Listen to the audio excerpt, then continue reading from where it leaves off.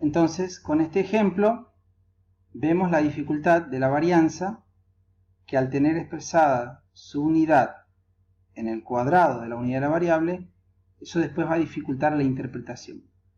Bien, ya vamos a volver sobre este tema para ver cómo vamos a arreglarlo. Vamos a ver las propiedades de la varianza. Para ello voy a usar un ejemplo de pocos datos. En este caso tengo 5 datos. No tienen unidades, así que no importa. La primera propiedad es muy evidente. Al ser la varianza una medida que está calculada a partir de cuadrados de las diferencias, los cuadrados no pueden ser nunca negativos, así que la varianza va a ser un número siempre no negativo, ¿sí? Tengan en cuenta, ¿en qué casos la varianza va a ser 0? Y cuando no hay variabilidad, es decir, cuando tengo una constante. Entonces, la segunda propiedad dice que la varianza de una constante es 0. En ese primer grupo de alumnos, donde todos se sacaron 6, ahí no hay variabilidad. Por lo tanto, el rango dio 0. El rango entre cuartiles va a dar 0. La varianza va a dar 0. Así que ahí no hay variabilidad. Por eso las medidas de variabilidad dan 0. Esta propiedad es muy importante. Fíjense lo que dice. La varianza de una variable más o menos una constante es igual a la varianza de la variable. Vamos a explicar qué significa esto. ¿Se acuerdan que cuando hablamos de la media aritmética, nosotros dijimos que yo tengo un conjunto de datos y tengo la media de ese conjunto? Si a cada valor de la variable yo le sumo una constante y calculo esa nueva media aritmética, esta media aritmética va a ser igual a la media anterior más la constante. Es decir, lo que yo le hago a los valores de la variable, en realidad también le estoy haciendo a la media de ese conjunto de datos. Si le sumo una constante, la nueva media va a ser la media anterior más la constante. Si le resto, bueno, tengo que hacer el procedimiento. Pero ¿qué pasa con la varianza? Si yo a los valores de la variable le sumo una constante, y si vuelvo a calcular la varianza, esta va a ser exactamente igual a la que ya tenía antes. Fíjense el ejemplo. Todos ustedes tienen edades diferentes, ¿sí? Algunos tienen 24, 23, 28, no sé. Pero hay cierta variabilidad, hay una varianza. Yo puedo calcular una varianza de la variable edad. Y como la varianza nos da una idea de dispersión, yo puedo decir, por ejemplo, qué tan alejado está un alumno que tiene 28 años de otro que tiene 23. ¿Sí? Se llevan una cierta cantidad de años, o sea que hay una distancia entre ellos en cuanto a la edad.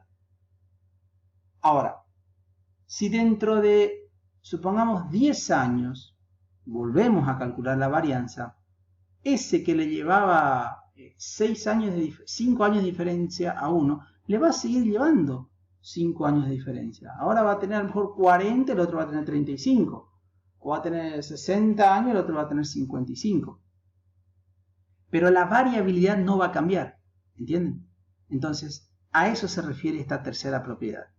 Que la varianza de una variable más o menos una constante es igual a la varianza de la variable. La tercera propiedad sí la voy a mostrar con un ejemplo. Van a ver que cuando yo multiplico por una constante, la varianza no queda igual. Es más, queda mucho mayor que lo que teníamos. Y eso también se demuestra en esa propiedad.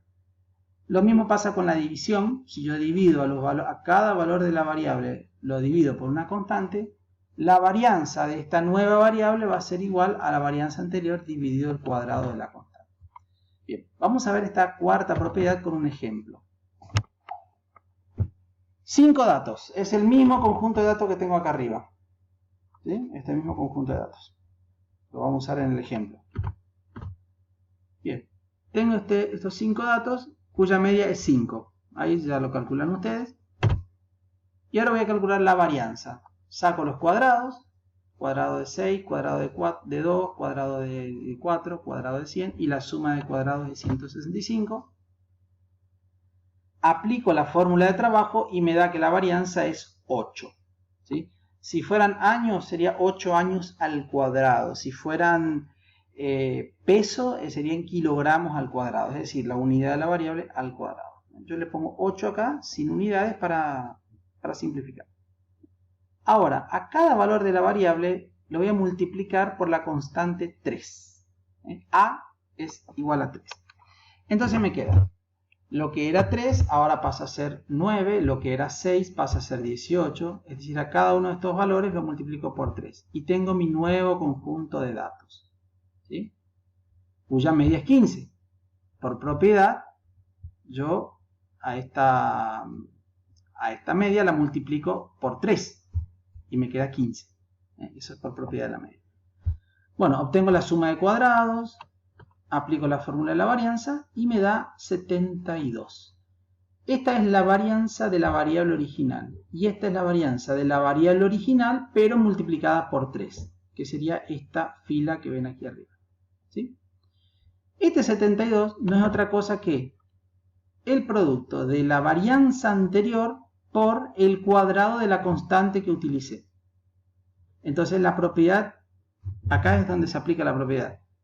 La varianza de una variable por una constante es igual a la varianza de la variable por el cuadrado de la constante. Esto nos va a ahorrar mucho trabajo si yo aplico en una situación práctica. Pues imagínense calcular de vuelta una varianza cuando son muchos datos, bueno, aplicando la fórmula de trabajo, la fórmula teórica, lo que sea, pero si yo sé que esta varianza se puede calcular de esta manera, entonces aplico la propiedad. Y ahora viene la razón, o mejor dicho, la solución al problema de la varianza. ¿Cómo se elimina un cuadrado con la raíz? ¿Sí? Así como cada operación tiene su inversa, bueno, acá tenemos la inversa de la potencia, es la raíz. Y esto da origen a una nueva medida de dispersión que se llama desvío estándar. El desvío estándar es simplemente la raíz cuadrada de la varianza. Listo, ustedes sacan una varianza de 8, le sacan la raíz cuadrada, ese número que le da, ese se llama desvío estándar. Y lo bueno es que tiene la unidad de la variable. Si el 8 era 8 kilogramos al cuadrado, bueno, ahora la raíz cuadrada va a ser 2, algo kilogramos. ¿Entienden? O sea que el desvío estándar tiene esa utilidad. Y el coeficiente de variación surge teniendo en cuenta el desvío estándar y una medida de posición, que es la media aritmética. Matemáticamente, el coeficiente de variación es un porcentaje. Es decir, es el porcentaje que representa el desvío estándar respecto de la media. ¿Sí? ¿Qué porcentaje de la media aritmética representa el desvío estándar? Cuando mayor es ese porcentaje, obviamente tengo mayor variabilidad. Pero fíjense la utilidad que tiene el coeficiente de variación. Hace un rato dijimos que el desvío estándar tiene la unidad de la variable. Si estoy hablando de peso, el desvío estándar está en kilogramos. Y esto me permite hacer comparaciones entre varios grupos. Por ejemplo, un grupo de niños que tiene un desvío estándar de peso de 10 kilos, desvío estándar de peso de 10 kilos, otro que tiene un desvío estándar de peso de 5 kilogramos, yo podría decir que el segundo grupo es más homogéneo que el primero. ¿Por qué? Porque tiene menor desvío estándar. 5 kilogramos es menor que 10 kilogramos. Ahora, ¿qué pasa si yo tuviera que comparar dos grupos de distintas unidades? Por ejemplo, en este mismo grupo de niños puedo comparar la variabilidad del peso con la variabilidad de la talla. Voy a tener que comparar algo que está en kilogramos con algo que está en metros. No puedo ahí decir es mayor, es menor o es igual. Directamente son medidas incomparables. Es por eso que el coeficiente de variación, al no tener unidad de medida, sirve para comparar dispersión entre conjuntos de datos con distintas unidades de medida. Acá el desvío estándar tiene una unidad, por ejemplo kilogramos, la media también kilogramos, esto se simplifica y eso queda un porcentaje. ¿Sí? Bueno, y no solo es útil cuando yo tengo que comparar conjuntos con distintas unidades de datos, también es útil cuando tengo la misma unidad pero en conjunto con valores muy distintos. No es lo mismo comparar la variabilidad de un grupo de niños con la variabilidad de peso de un grupo de niños con la variabilidad de peso de un grupo de adultos. Obviamente que los adultos van a diferir en 2, en 5, en 10 kilos, pero un grupo de niños recién nacidos no pueden diferir en 10 kilos. Entonces, una dispersión, un alejamiento de 1 kilo en el grupo de niños puede resultar mucho más importante que 1 kilo en los adultos. Entonces, la otra utilidad del coeficiente de variación es que sirve para comparar conjuntos con promedios muy diferentes. Y eso es justamente el ejemplo que voy a utilizar. En la columna de la izquierda tengo peso al nacer de un grupo de terneros, que son 1, 2, 3, 4, 5, 6, 7, 8, 9, 10. Y en la columna de la derecha tengo peso al destete de ese mismo grupo de terneros, o puede ser también otro grupo. Vamos a comparar estos grupos.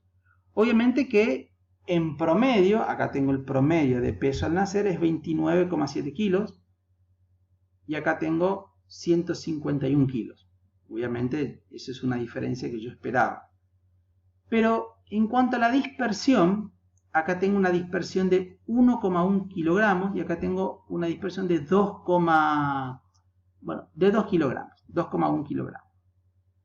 Si yo miro estas dos medidas, y sobre todo si miro el desvío estándar, inmediatamente puedo decir el peso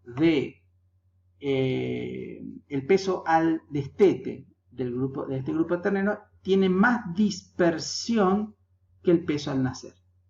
O sea que al nacer parece que son más parejitos y después van cambiando los pesos y se va haciendo más variable, más disperso.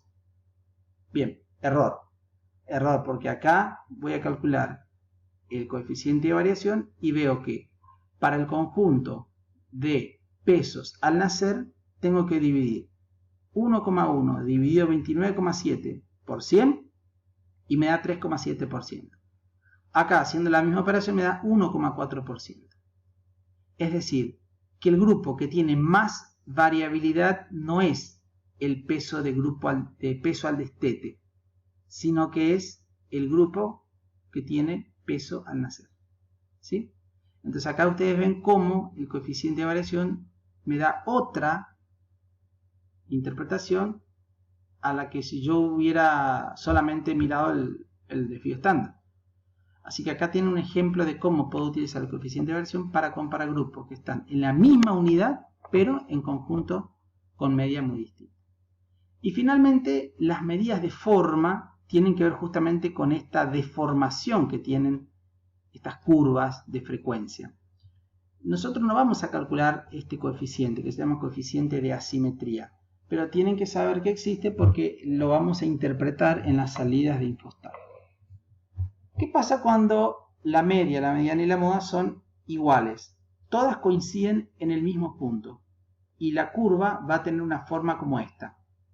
La forma que tiene esta curva es simétrica.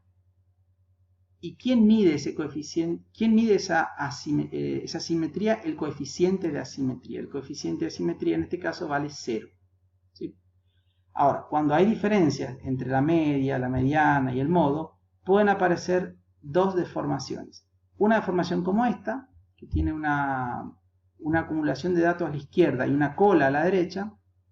Y esta forma que tiene la distribución se llama asimétrica positiva. Y cuando ocurre lo contrario, la distribución es asimétrica negativa. Entonces, cuando el coeficiente es negativo, la distribución es asimétrica negativa. Cuando el coeficiente es positivo, es asimétrica positiva. Y si yo comparo, por ejemplo, dos coeficientes positivos, supongamos que uno sea 0,9 y otro sea 1,2, bueno, aquella distribución que tenga coeficiente 1,2, voy a decir que es más asimétrica que la otra. ¿Sí? Bien, estas serían entonces las medidas de forma. Vamos a entrar con un procesamiento de datos para luego hacer algunas interpretaciones.